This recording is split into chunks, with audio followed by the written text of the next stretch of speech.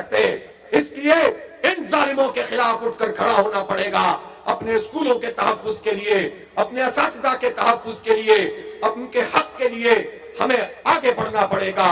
اس لیے کمیٹیاں ہم ایسے ہی رسمی طور پر نہیں بنا رہے ہیں, بلکہ قوم کو متحد کر رہے ہیں. ایک بڑی سیاسی قوت میں ہمیں ڈھلنا ہے اور انشاءاللہ اس انقلاب کو برپا کرنا ہے جس سے ہمیں دور لے جایا جا رہا ہے. تو ہمارے ذہنوں میں یہ بات بٹھاتے ہیں کہ تمہارا یہ حق نہیں ہے. غریب کا حق ہے کہ سرکاری اسکول میں جائے, پیسے والے کا حق ہے بڑے بڑے اسکول میں جائے. ماضی میں ایسا ہوتا تھا, اب بھی بیوروکریسی میں ایسے لوگ موجود ہوں گے, اب بھی اعلیٰ افسران میں ایسے لوگ موجود ہوں گے جو چھوٹے چھوٹے اسکولوں سے پڑھ کر گئے تھے. اور ایک زمانہ وہ تھا کہ جب غریب اور امیر سب ایک جیسی تعلیم حاصل کرتے تھے, ایک جیسے مواقع ہوتے تھے, پھر جو جتنا لائق ہوتا تھا وہ اتنا آگے بڑھتا تھا. انہوں نے یہ سلسلہ بند کر دیا. اس لیے ہم اپنے حق کو حق سمجھ کر آگے بڑھیں گے. ہمیں خیراتیں نہیں چاہیے. تعلیم کے میدان میں یہ سب کچھ ہو رہا ہے. یونیورسٹیوں کو گرانٹ نہیں مل رہی, طلبہ کو ان کا بنیادی جو یونین سازی کا حق ہے پاکستان کا آئین دیتا ہے. پاکستان میں اس حق سے کو 40 سال سے اس سے محروم کیا گیا ہے. جو اویس قاسم صاحب موجود ہیں, یہ نظم اعلیٰ اسلامی جمعیت طلبہ تھے. انہوں نے سپریم کورٹ کے دروازے کو کھٹکھٹایا تھا اور کہا تھا کہ نوجوانوں کو ان کا حق ملنا چاہیے. ایک مبہم سا فیصلہ کر کے جان چھڑا لی گئی, اور اس فیصلے میں بھی یہ گنجائش تھی کہ یونین کے الیکشن ہوتے, لیکن نہیں کروائے گئے. اب ہم نے دیکھا ہے کہ سپریم کورٹ کے ایک فیصلے میں یونین الیکشن کرانے کی تاکید کی گئی ہے. میں اسلامی جمعیت طلبہ سے بھی کہتا ہوں کہ پوری سپورٹ ہم کریں گے انشاءاللہ, اور نوجوانوں کو ان کو اپنا یہ حق ملنا چاہیے تاکہ جو تعلیمی اداروں میں لوٹ مار ہے, فیسوں کا بڑھنا ہے, لوگوں کو تعلیم سے محروم کرنا ہے, تو نوجوانوں کی ایک منظم طاقت اور آواز جو ہے وہ اٹھ سکے. یہ جو آئینی ترمیم کی گئی ہے, یہ کیا تماشا ہے, یہ کیا مذاق ہے. پہلی بات تو یہ ہے کہ آئین وہ بنیادی ڈاکومنٹ ہے جس پر 1973 میں ایک اتفاق رائے تھا, اور اس اتفاق رائے میں سب شامل تھے. بڑی مشکل سے, بڑی محنت سے, بڑی عقریزی سے یہ کام ہوا تھا. اور اس آئین کی خصوصیت یہ ہے کہ اس میں سب کے حقوق بھی متعین ہیں, اور یہ بھی متعین ہے کہ حاکمیت اعلیٰ اللہ تعالیٰ کی ہوگی. قرآن و سنت کے برخلاف کوئی قانون سازی نہیں ہوگی. اور اس میں یہ بھی متعین تھا کہ سود کو, ربا کو جلد از جلد ختم کیا جائے گا. اس میں یہ تک متعین تھا کہ 14 اگست 1988 تک اردو زبان کو قومی زبان کے ساتھ ساتھ سرکاری زبان یعنی تعلیمی زبان بنا دیا جائے گا. کچھ بھی ان ظالموں نے نہیں کیا, لیکن بنیادی ڈاکومنٹ تو موجود ہے. اس ڈاکومنٹ کے ساتھ جو ایک اتفاق رائے سے بڑے کینوس میں بنا, اس 26ویں آئینی ترمیم میں اس کے ساتھ جو کچھ کیا گیا ہے, تاریخ ان ظالموں کو معاف نہیں کرے گی جنہوں نے یہ ساز باز کر کے یہ 26ویں آئینی ترمیم میں آئین کا حلیہ بگاڑا ہے.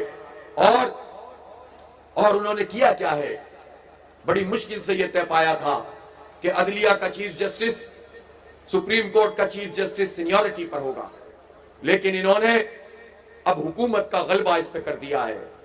پارلیمان کی کمیٹی, پھر وزیر اعظم اور پھر صدر کے سائن.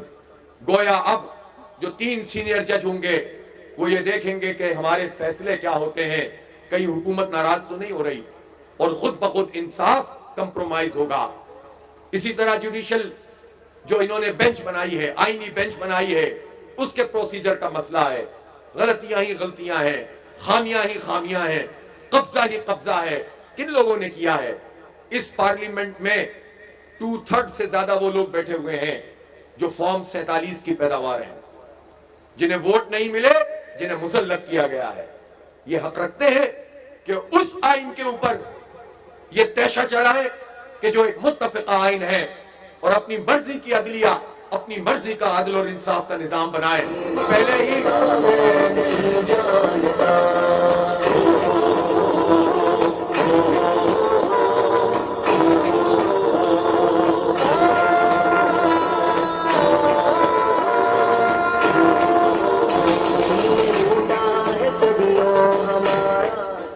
تم تو پہلے ہی انصاف خریدنے والے لوگ ہو. پاکستان میں جو انصاف کا نظام ہے, اگر اصلاح کرنی تھی تو اس کا کرنا چاہیے تھا نا. اس عدالتی ترمیم کے بعد سوائے اس کے کہ عدلیہ پہ قبضہ کیا ہے، عام لوگوں کے لیے انصاف کا کون سا راستہ کھلا ہے؟ کوئی غریب آدمی ان عدالتوں میں نہیں جا سکتا، مڈل کلاس بھی فارغ ہو چکا ہے۔ ان عدالتوں میں 40 سال مقدمے پڑے ہوئے ہیں، اس میں تو کوئی اصلاح نہیں کی گئی۔ جس آئینی بینچ کی یہ بات کر رہے ہیں، اس کے 5 ممبر اگر کام بھی کریں گے، میں کہتا ہوں 10 ممبر بھی کام کریں، تو یہ جو 95% وہ پٹیشن ہوتی ہیں، جو اگر وہ کرمنل سائٹ پہ بھی ہوتی ہیں، تو پھر جب ریلیف وہاں سے نہیں ملتا تو وہ آئینی پٹیشن بن کر آتی ہیں، اور آئینی پٹیشن تو ہوتی ہی ایسی ہیں، پھر کارپوریٹ سیکٹر کی ہوتی ہیں، تو یہ بہت بڑی تعداد 90-95% پٹیشن آئینی حیثیت رکھتی ہیں۔ یہ بینچ کیا کیا کرے گا؟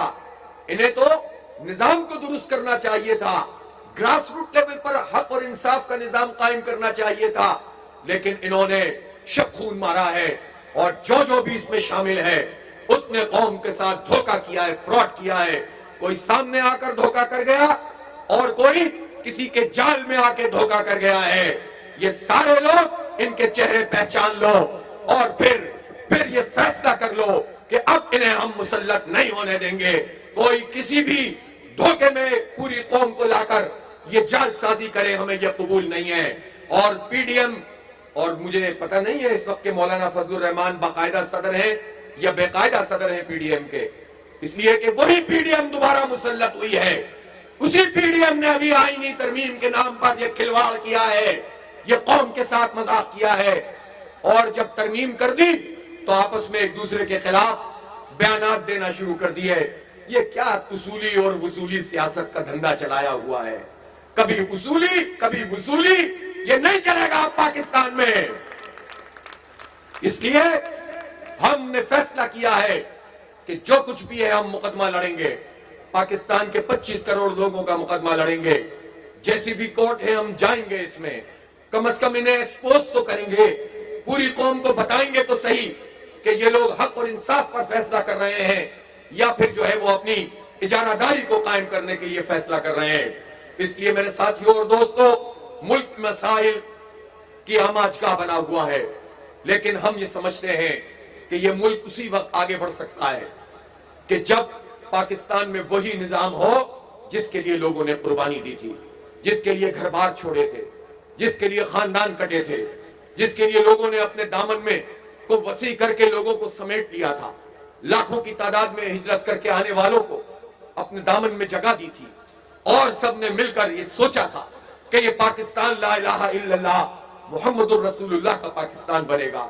یہ پاکستان وہ پاکستان ہوگا جہاں پر عدل ہوگا اور انصاف ہوگا، جہاں پر انسان انسانوں کے اوپر آقا نہیں بنیں گے۔ ہم نے تو ہندوؤں سے اور انگریزوں سے آزادی حاصل کی تھی، کالے انگریز ہمارے اوپر آ کر مسلط ہو گئے ہیں۔ پاکستان کے مسائل کا حل حق اور انصاف کا نظام، سچ کا نظام، عدل کا نظام، علم کا نظام، اور وہ صرف اور صرف اسلام ہے۔ اسلام نظام ہے۔